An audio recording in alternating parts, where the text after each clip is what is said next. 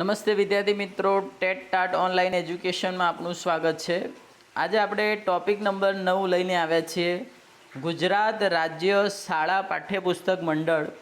અગાઉના ટોપિકો આપણે ટોટલ 8 ભણાવી દીધા છે અને ટોટલ 8 ટોપિકો તમે કદાચ જોઈ બી લીધા હશે અને તમને ગમ્યા પણ હશે અને દરેક ટોપિકમાંથી કોઈક ને કોઈક પ્રશ્ન પૂછાય અને પૂછાતા જ હોય છે। એટલે આપણે ટોપિક વાઇઝ તૈયારી કરી રહ્યા છીએ, એટલે આપણી સંપૂર્ણ તૈયારી થઈ જશે ટેટ ટાટ માટે। તો આજનો જે આપણો ટોપિક છે ખૂબ જ નાનો ટોપિક છે, ગુજરાત રાજ્ય શાળા પાઠ્યપુસ્તક મંડળ, ટોપિક નંબર 9। તો ચલો આપણે એની ચર્ચા કરીશું। પહેલાં તો ગુજરાત રાજ્ય શાળા પાઠ્યપુસ્તક મંડળની સ્થાપના કયા વર્ષમાં થઈ હતી તેના વિશે વાત કરીએ। તો 21/10/1969ના રોજ, ફરીથી કહું છું, 21/10/1969ના રોજ ગુજરાત રાજ્ય શાળા પાઠ્યપુસ્તક મંડળની સ્થાપના થઈ હતી। ગુજરાત રાજ્ય શાળા પાઠ્યપુસ્તક મંડળનો મુખ્ય હેતુ તો તમે બધા જાણતા જ હશો, પાઠ્યપુસ્તકનું પ્રકાશન બહાર પાડવું, એટલે કે એને છાપવું અને એ બધા કામ, જે ચોપડી આપણે પૂરા પાડવા, આ બધું કામ છે ગુજરાત રાજ્ય શાળા પાઠ્યપુસ્તક મંડળ કરતું હોય છે। એની સ્થાપના 21/10/1969ના રોજ થઈ છે।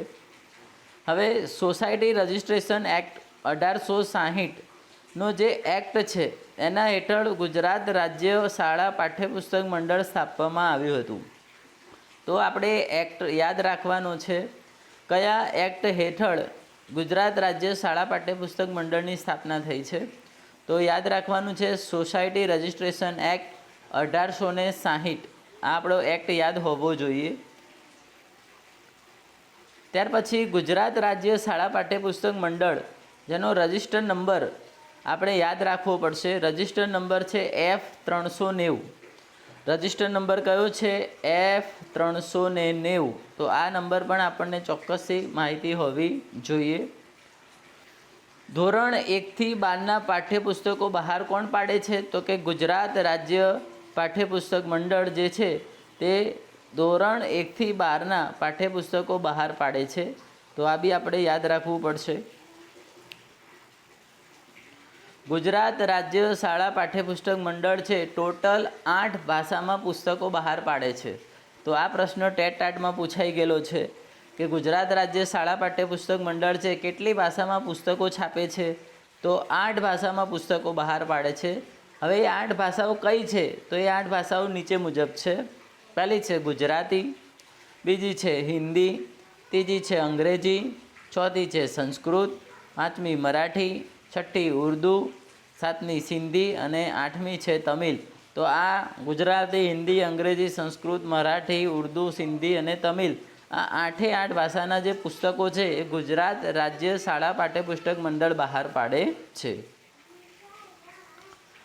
હવે ખાસ જાણવા જેવું છે કે ગુજરાત રાજ્ય પાઠ્યપુસ્તક મંડળ જે છે એની જે મંડળીના સભ્યો કેટલા હોય છે ટોટલ, અને દરેકના અલગ અલગ સભ્યો છે, એટલે એ પણ યાદ રાખી લઈએ। તો સામાન્ય સભાના સભ્યોની સંખ્યાની વાત કરીએ તો ટોટલ 32 સભ્યો છે એ સંસ્થાકીય માળખામાં જોવા મળે છે। ટોટલ 32 સભ્યો છે એ સંસ્થાકીય માળખામાં જોવા મળે છે, તેમજ 21 નિયામક સભાના સભ્યો જોવા મળે છે। ટોટલ 21 નિયામક સભાના સભ્યો જોવા મળે છે અને કાર્યવાહક સમિતિની વાત કરીએ તો 11 સભ્યો જોવા મળે છે।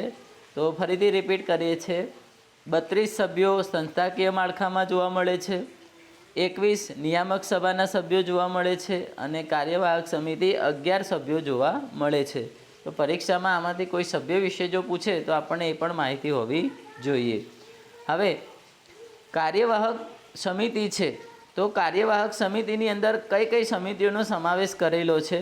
તો પહેલી છે શૈક્ષણિક સમિતિ, બીજી છે ઉત્પાદન સમિતિ, ત્રીજી છે સંશોધન સમિતિ, ચોથી છે સામાન્ય સભા અને પાંચમી છે કાર્યવાહક સમિતિ। તો મિત્રો 5 કાર્યવાહક સમિતિ છે જે ગુજરાત રાજ્ય પાઠ્યપુસ્તક મંડળમાં સમાવેશ થયેલો છે।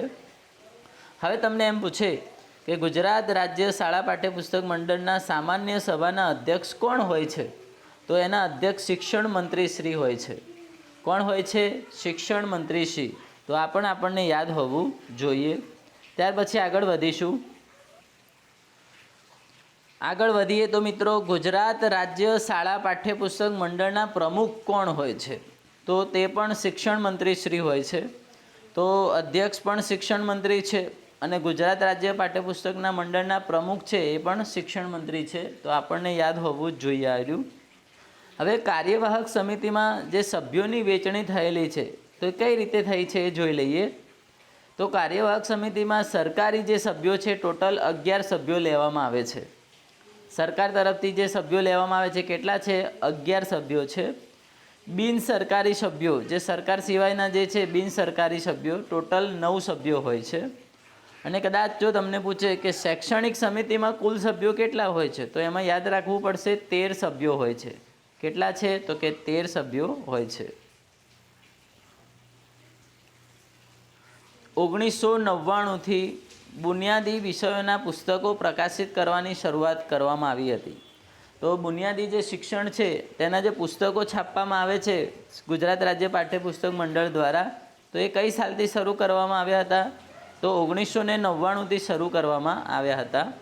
બુનિયાદી વિષયના ટોટલ પાઠ્યપુસ્તકો જે પ્રકાશન કરવામાં આવે છે કેટલા છે? તો કે 26 પાઠ્યપુસ્તકો પ્રકાશન કરવામાં આવે છે.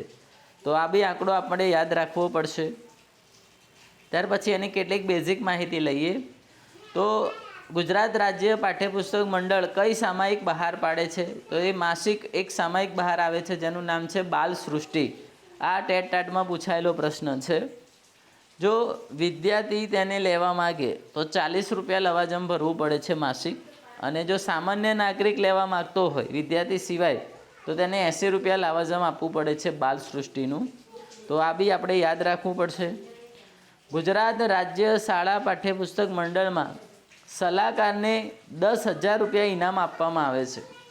ગુજરાત રાજ્ય પાઠ્યપુસ્તક મંડળમાં જે સલાહકારો જે છે જે સલાહ આપે છે અને એમની સલાહથી જે પુસ્તકો છપાતી હોય છાપકામ થતું હોય છે તો આ સલાહકારને 10,000 રૂપિયા ઇનામ આપવામાં આવતું હોય છે. હવે આપણી જે ગુજરાત રાજ્ય પાઠ્યપુસ્તક મંડળ છે મિત્રો, જેનું મુખ્ય મથક કઈ જગ્યાએ છે, હાલમાં કઈ જગ્યાએ છે? તો સેક્ટર 10ની અંદર વિભાગ એ, સેક્ટર 10 વિભાગ એ વિદ્યાયાન ગાંધીનગર ખાતે તેનું શું આવેલું છે? મુખ્ય મથક આવેલું જોવા મળે છે. હવે ગુજરાત રાજ્ય પાઠ્યપુસ્તક મંડળનું જો તમને સૂત્ર પૂછવામાં આવે કે એનું સૂત્ર કયું છે તો આપણે ખાસ યાદ રાખવું પડશે. આ પણ ટેટટાટમાં પૂછાયેલો પ્રશ્ન છે. તમસોમાં જ્યોતિગમ્ય, તમસોમાં જ્યોતિગમ્ય જે એનું સૂત્ર છે. તો આ સૂત્ર બી ખાસ આપણે યાદ રાખવાનું છે. પરીક્ષામાં આવો પ્રશ્નો વધારે પૂછાતા હોય છે. હવે આજનો અંતિમ અને લાસ્ટ પ્રશ્ન છે કે પુસ્તકો જે પ્રકાશન કરવામાં આવે છે ગુજરાત રાજ્ય પાઠ્યપુસ્તક મંડળ દ્વારા, તો તે કયા પ્રકારના પુસ્તકોનું પ્રકાશન બહાર પાડતા હોય છે? તો તેઓ ધોરણ 1થી 12ના પુસ્તકો બહાર પાડે છે. ધોરણ 8થી 12ની પ્રયોગ પોથીઓ બહાર પાડે છે. પીટીસી, સીપીએડ, ડીપીએડના જે પુસ્તકો છે તે પ્રકાશન બહાર પાડતા હોય છે. શિક્ષણ અધ્યયન પોથી તેમજ સૌ અધ્યયન પોથી પણ તેઓ બહાર પાડે છે. પ્રયોગ પોથી, નકશા પોથી, અંગ્રેજી ગુજરાતી શબ્દકોશ, આવા બધા જે પુસ્તકો છે એમનું પ્રકાશન પણ તેઓ બહાર પાડે છે. અને અંતે બાલ સૃષ્ટિ સામાયિક જે માસિક કહેવામાં આવે છે, એટલે કે મહિનામાં એકવાર બહાર પાડતા હોય છે. તો બાલ સૃષ્ટિ સામાયિક પણ તેમાં સમાવેશ થયો છે મિત્રો. તો આજનો જે ટૉપિક છે ખૂબ જ ઇન્ટરેસ્ટિંગ અને ખૂબ જ નાનો ટૉપિક છે, એટલે ખાસ આપણે તૈયાર કરવાનો છે. તો હવે નેક્સ્ટ ટૉપિક આપણે આવતા લેક્ચરમાં આપીશું. ત્યાં સુધી આવજો.